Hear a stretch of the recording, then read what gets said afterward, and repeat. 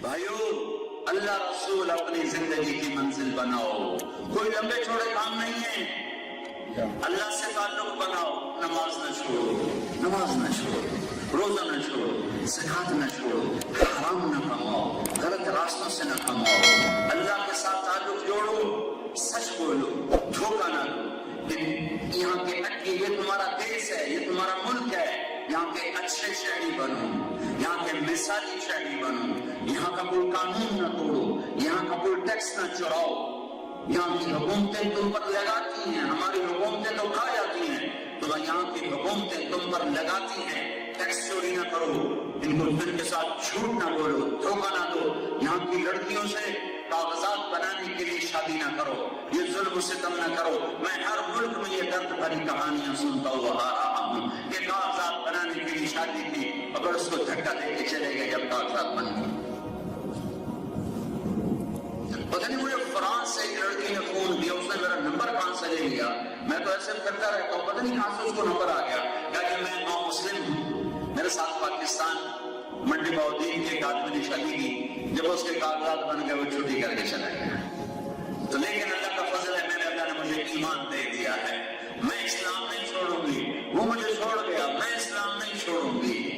ایسی غلط مثال نہ بنو، اپنے نبی کو شرمندہ نہ کرو۔ قیامت کے دن عیسیٰ علیہ السلام نے تانا دے دیا تمہارے نبی کو کہ آپ کی امت نے میری امت کے ساتھ دعا کیا تھا، کیا تم دکھاؤ گے؟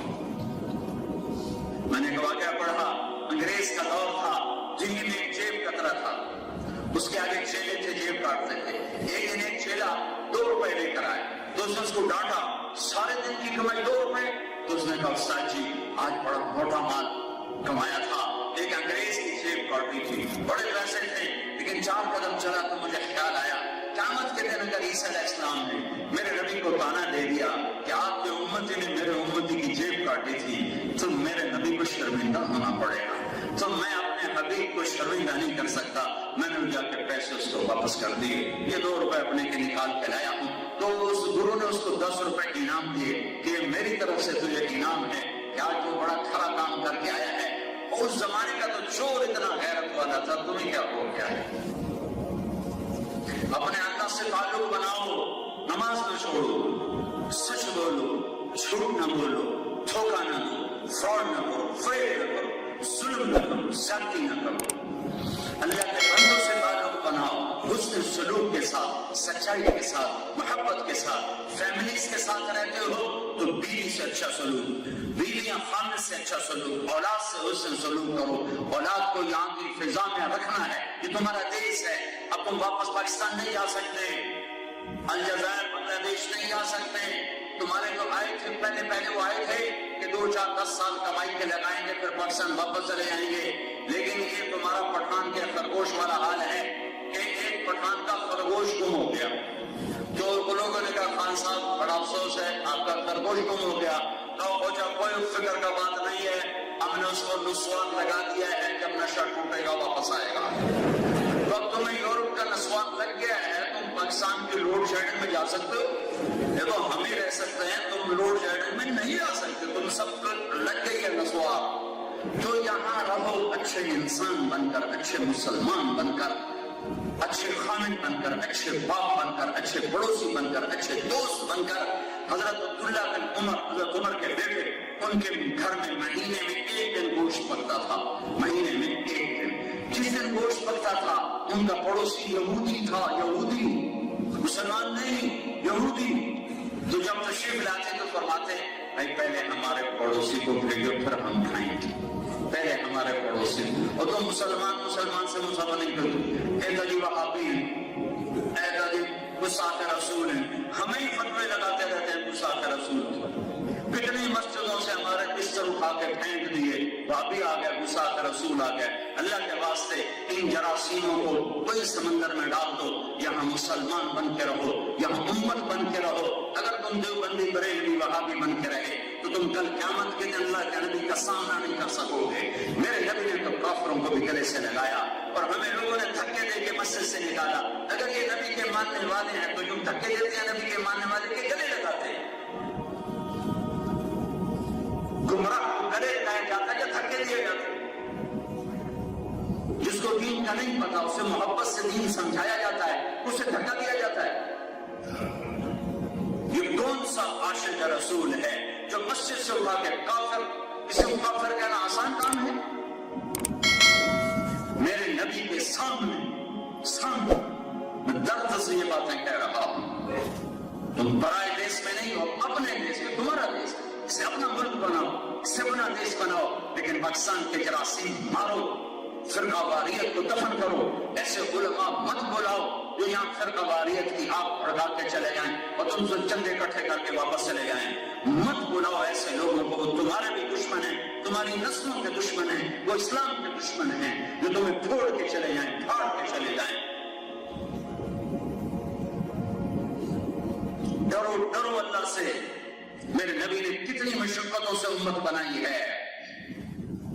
کس دکھ درد سے اس امت کو پالا اور پروان چڑھایا ہے، اور کتنے آنسو بہائے ہیں، امتی امتی امتی امتی امتی امتی، یا اللہ میری امت، یا اللہ میری امت، یا اللہ میری امت۔ دنیا سے جانے کا وقت ہے۔ بیگمات کو بلا کے رخصت کیا،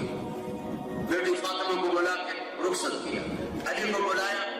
گود میں سر رکھا، کمر پہ ہاتھ پھیرا، رخصت کیا۔ حسن حسین کو آخر میں بلایا اور انہوں اپنے ہاتھوں میں لے لیا، حسن کو ادھر، حسین کو ادھر، حسن کو یہاں سے اٹھاتے تھے، حسین کو یہاں سے اٹھاتے تھے۔ یہ دائیں بائیں کا فرق اس لیے تھا کہ امام حسن سر سے لے کر، چہرے سے لے کر کمر تک اللہ کے نبی کے مشابہ تھے، اور کمر سے لے کر پاؤں تک حضرت علی کے مشابہ تھے، اور حضرت حسین سر، چہرے سے لے کر کمر تک حضرت علی کے مشابہ تھے، اور کمر سے لے کر پاؤں تک اللہ کے محبوب کے مشابہ تھے۔ اس مشابہت کو فرماتے تھے، حسن میرا بیٹا ہے، حسین علی کا بیٹا ہے، دونوں کو یوں لیا اور ان کا سر چوما، کسی پر نہیں روئے، بیویوں کو رخصت کیا، بچی کو، داماد کو، حسن حسین کو گود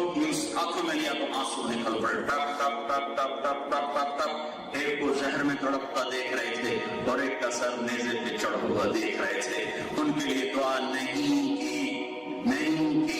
اور جب جبریل نے بتایا کہ جانے کا وقت آ گیا ہے تو فرمایا جاؤ پہلے اللہ سے پوچھ لو میرے بعد میری امت کے ساتھ کیا کرے گا، پھر میں بتاؤں گا کہ میں نے کیا کرنا ہے۔ جبریل واپس گئے، جواب لے کر آئے کہ اللہ تعالیٰ فرما رہے ہیں میں آپ کے بعد آپ کی امت کو تنہا نہیں چھوڑوں گا۔ الآن حرت عینی اللہم الرفیق الاعلی، مجھے میرے رب کی قسم جو میری بھی سن رہا ہے، تمہیں بھی دیکھ رہا ہے، مجھے بھی دیکھ رہا ہے، میرے نبی یہ بات نہ اٹھاتے تو میں اور تم آج بندر، کتے، خنزیر، بلے، بلیاں پھر رہے ہوتے۔ اس کملی والے کو دعا دو جو اولاد کو ذبح ہونے کے لیے چھوڑ گیا، تمہارے لیے دعا کرتے ہیں، کیا کرو گے میری امت کے ساتھ؟ میں امت کا پوچھتا ہوں، اولاد کا نہیں پوچھتا ہوں۔ میں ان کے اور اولاد کے خون کو پانی بناؤں گا اپنی فصل کے لیے، ان کی بوٹیوں کو کھاد بناؤں گا اپنے باغیچے کے لیے، پر امت کا میں دکھ درد نہیں سہ سکتا۔ میری امت کے ساتھ کیا کرو گے؟ کب ٹھیک کروں گا، وہ نہیں کروں گا جو پہلوں کے ساتھ کیا تھا۔ مچھلی کھانے پہ بندر بنا دیا، مچھلی کھانے پہ بندر بنا دیا۔ ماں باپ کی نافرمانی مچھلی کھانے سے بڑا جرم ہے۔ میرے نبی نے سے پوچھا کہ یا رسول اللہ قیامت کب آئے گی؟ آپ نے کہا اللہ کو پتا، کب وہ نشانی؟ کہا ماں کو ذلیل کیا جائے گا، قیامت آ جائے گی۔ اور اپنی تمنا کا اظہار کیا، کاش میری ماں زندہ ہوتی، پھر تم دیکھتے میری نوکری ماں کے لیے۔ میں عشاء کی نماز کے مصلی پہ کھڑا ہوتا، میں سورۃ فاتحہ پڑھ رہا ہوتا اور ادھر سے میرے گھر سے آواز آتی بیٹا محمد، تو میں کیوں نماز توڑتا اور میں کہتا لبیک ابا جان، میں نماز پھر پوری کروں گا۔ ماں 6 سال کی عمر میں ماں کا انتقال ہوا، 63 سال کی عمر ہو گئی، 57 سال گزر گئے، 7 دن کے بعد ماں باپ بھول جاتے ہیں۔ آپ حج کے لیے چلے ہیں، ابوا میں والدہ کی قبر ہے، میں سن 2000 میں قبر کی زیارت کے لیے گیا تھا۔ میری زندگی گزر گئی سفر میں، لیکن جو میرا وہ سفر ہے میں اس سفر کو موت تک نہ بھلا سکوں، نہ بھلا سکتا ہوں۔ جو کیفیت میری وہاں بنی، میں بیتولہ کے اندر 2 دفعہ گیا، میری وہ کیفیت نہیں بنی جو میری وہاں بنی۔ تو میں پیرانے جنگل میں دیکھ رہا تھا، کالے پہاڑ، کالے کیکر، لمبے کانٹے، 14 سال والی پیچھے دیکھ رہا تھا، میرے نبی کی ماں، میری ماں، آپ کی ماں، کل کائنات کی ماں صرف 25 سال کی عمر میں زندگی ہار رہی تھی اور موت جیت رہی تھی، اور 6 برس کا معصوم بچہ تڑپ رہا ہے، آپ کو کیا ہوا، اماں آپ کو کیا ہوا، اور ماں جواب نہیں دے پا رہی۔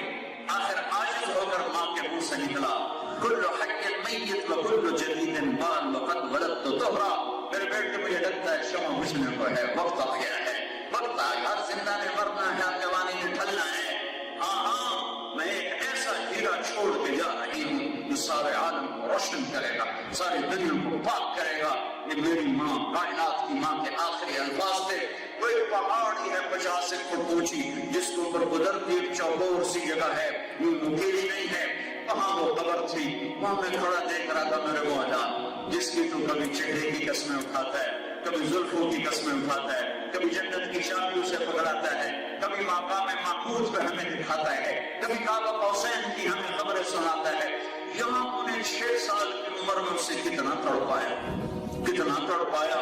نہ کوئی چاچا نہ چاچی نہ دادا نہ دادی نہ ماما نہ مامی نہ پھوپھا نہ پھوپھی نہ خالہ نہ خالو، بلا نوکر سے بھی کبھی کسی کو تسلی ہوئی۔ ایک نوکرانی صاحب ام ایمن، نوکرانی ام ایمن، نوکر کو تسلی دے سکتا ہے، اور آپ کو سینے پہ گر کے روئے، نہ پتہ ہے کہ میری ماں کو ہوا کیا ہے، پہلی موت دیکھ رہے ہیں، کس نے قبر بنائی، کون وہاں سے گزرا، پتہ نہیں کوئی گزرا ہوگا، قبر بن گئی۔ جب پہاڑ سے نیچے اترے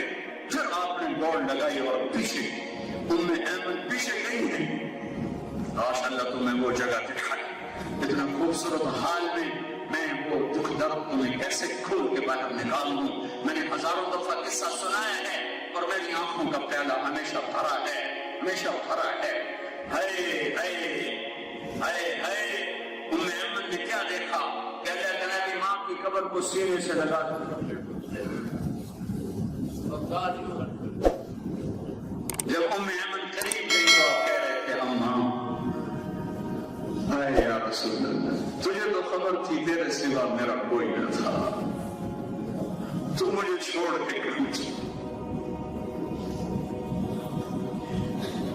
تیرے سوا میرا تو کوئی نہیں تھا، کہاں چلے گی؟ ام ایمن آئی کہ بیٹے اٹھو، تو مجھے میری ماں کے پاس چھوڑ دو، کھینچ کے نیچے لے گئی۔ 3 راتوں کا سفر روتے روتے گزرا، اس بات کو 57 سال گزر گئے، میرے نبی کو صدمہ نہیں بھولا۔ 70,000 حاجی ساتھ رہے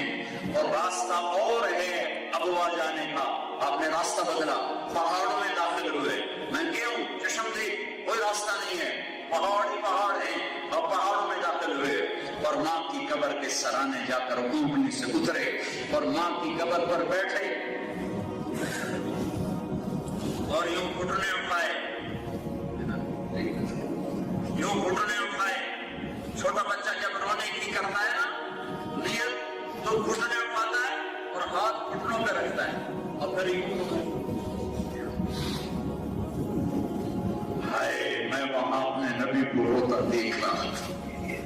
کہ گھٹنے اٹھائے، ہاتھ اوپر ہے، سر یوں ہے، اور آپ ایسا ہچکیوں سے روئے جیسے چھوٹا معصوم بچہ روتا ہے، اور اتنی دیر روئے کہ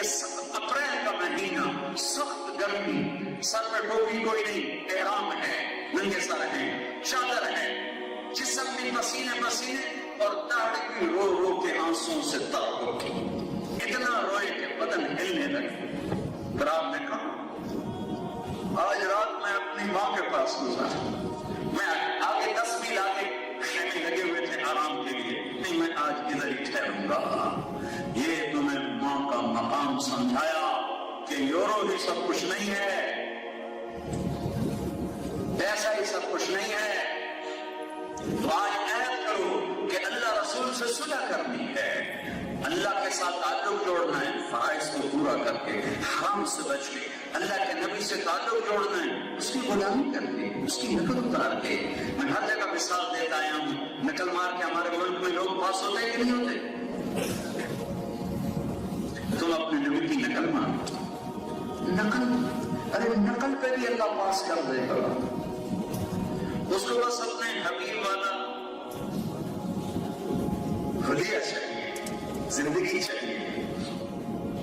میں کوئٹہ میں بیٹھا آدمی دروازے میں دستک دے رہا تھا، شیشے والا دروازہ تھا، ایک بچہ اس کے ساتھ، اس کو کوئی اندر آنے نہیں دے رہا تھا، رش وہ اندر آئے، میں نے کہا اس آدمی کو اندر بھیجو، اندر آ گیا، اس کے ساتھ بچہ تھا، اس کی شکل میرے بیٹے سے مل رہی تھی، تو میں نے کہا اس کو اندر آنے دو، وہ اندر آ گیا، کہا جی میرے بچے کے لیے دعا کر دو، یہ بیمار ہے، نصیحت دے، کیا بیماری؟ کہ دل میں سوراخ ہے، تو میں نے کہا آپریشن کراؤ، تو وہ رونے لگا، کہا میں غریب آدمی ہوں، میں کہاں سے کراؤں گا؟ تو مجھے نہ اس آدمی کا پتہ ہے کون ہے، نہ اس کے کام کا پتہ ہے وہ کیا کرتا ہے، میں نے اس کے بچے کو دیکھا، میرے بیٹے کا ہم شکل، میرا بھائی وہ کارڈیالوجسٹ سے میں نے اسے فون کیا، میں نے کہا ایک بچہ بھیج رہا ہوں، اس کا آپریشن کرنا ہے، ایک پیسہ نہیں خرچ ہونے دینا، سارا انتظام ہم نے کرنا ہے، اس کا ایک پیسہ نہیں خرچ ہونے دینا۔ مجھے اس بچے میں اپنا بچہ نظر آیا، تو میں ایک چھوٹا سا ذمہ دار، اور میں فکر جب تم اللہ کو اپنے حبیب کے روپ میں حاضری دے کے دکھاؤ گے تو میرے رب کی رحمت کے خزانے کیسے کھلیں گے، کیسے کھلیں گے؟ اللہ کا واسطہ دیتا ہوں، لا الہ الا اللہ پاسپورٹ ہے، محمد الرسول اللہ ویزا ہے، لا الہ الا اللہ پاسپورٹ ہے، محمد الرسول اللہ ویزا ہے، پاسپورٹ تم نے بنوایا ہوا ہے، بلکہ اللہ نے بنا کے دیا ہے، ارے محمدی ویزا تو لگوا دو۔ ہر ایئرپورٹ پر شنگن ویزا لوگوں نے دیکھا، پھر ہمیں جہاز پہ چڑھنے دیا، پل صراط پر فرشتے کھڑے ہوں گے، محمدی ویزا